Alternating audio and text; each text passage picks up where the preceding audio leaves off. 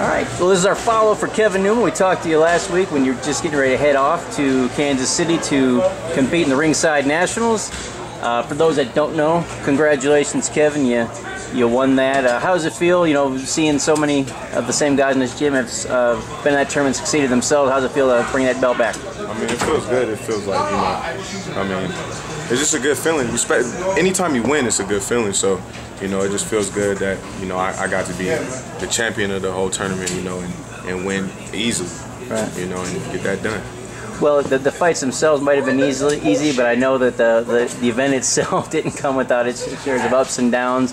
Had some problems there, particularly, I guess, in the final. Tell us a little about that. Your road to the last fight, and then, of course, the bumps that once you got there. You want me to tell you about the first fight? Or? Yeah, just tell us the first fight, and then. The first fight, I fought a kid from the hometown in Kansas City. And he was a tough Hispanic kid, you know. And he brought a lot of pressure, and I just outboxed him, used my skills, and you know, just put a lot of combinations on him and just outsmarted him. And then I fought another guy, and I got. It don't matter. He beat them all, and that's why we got this champion, ringside champion. It don't matter who he beat. He beat everybody. That's why he won. At the end of the day, that's all that matters. You ain't even got to discuss it. So what do you think? Well, discuss it real quick. What do you think of his talent there, and what do you accomplish? I mean, talented. That's what we do. That's what we create. It's a born given thing, man. At the end of the day, you got it or you don't. And now he got it. Slick. He got whatever. What they say? They say, "Oh, you too slick.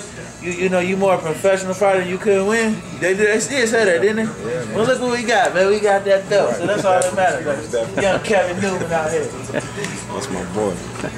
All right. You know, so again, back to that first fight. Yeah, I mean, it was just, you know, he's a tough Hispanic kid, you know, and they just bring a lot of pressure, and I just, you know, use my ring smarts and, you know, my ability and just beat him clean.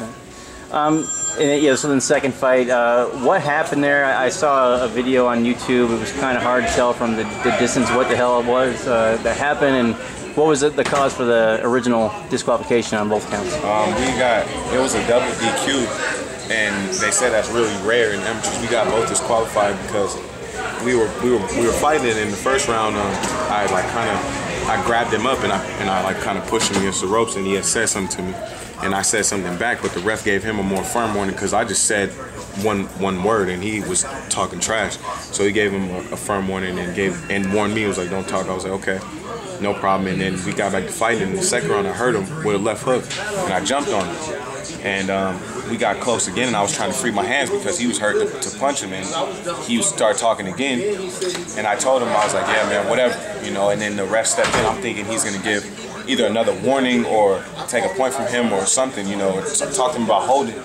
But he waved it off and double DQ'd us both, and I was confused at first. You know, I didn't understand what had happened, you know, because I didn't feel that I had done anything, you know. So what was the reaction from your camp and the other guys? I mean, what was the process to get that overturned and to get back in the tournament? Everybody that saw it didn't understand what had happened. Everybody that was there, all the people in the crowd were booing, and you know, everybody was just really upset, you know. So we had this lady. It was crazy. She was just walking out, and she was like, "I saw your son's fight." She was like, "You need to file a grievance."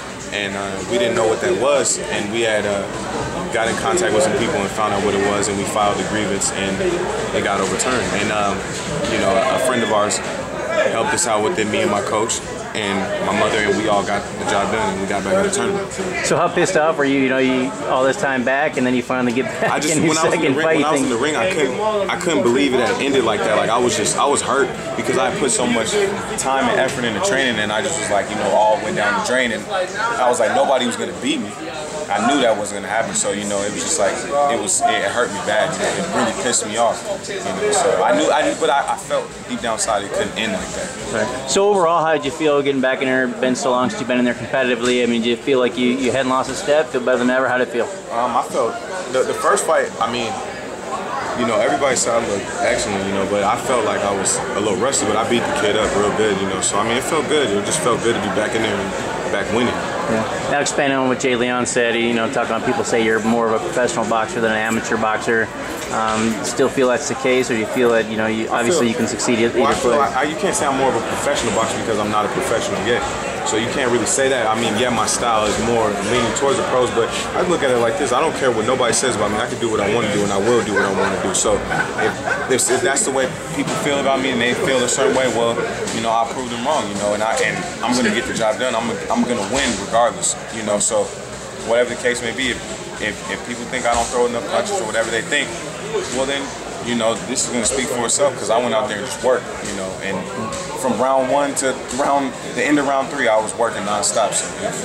So again, what's left at the amateur ranks for you? I'm just going to, after I did this turn, I'm going to do the PAL, which is next month, and win that one, and then fight in the U.S. Nationals in January and win that, and then I'm done with the amateurs. I don't think Jeff made the trip with you, right? And did you get the chance to talk to him, and what's he think about what you did?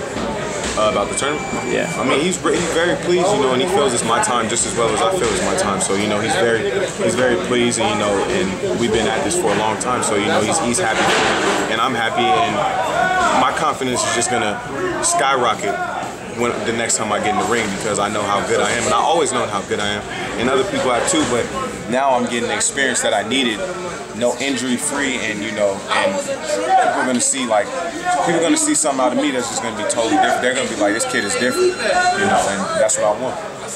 Well, congratulations, Kevin. I look forward to a lot of success in the future, man. Thanks, man.